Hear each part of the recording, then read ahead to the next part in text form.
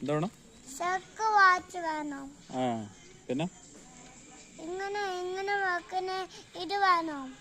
ആ പിന്നെ ഏത് കളറാ? ബ്ലൂ വാച്ച് വേണം. ബ്ലൂ വാച്ച് വേണം. പിന്നെ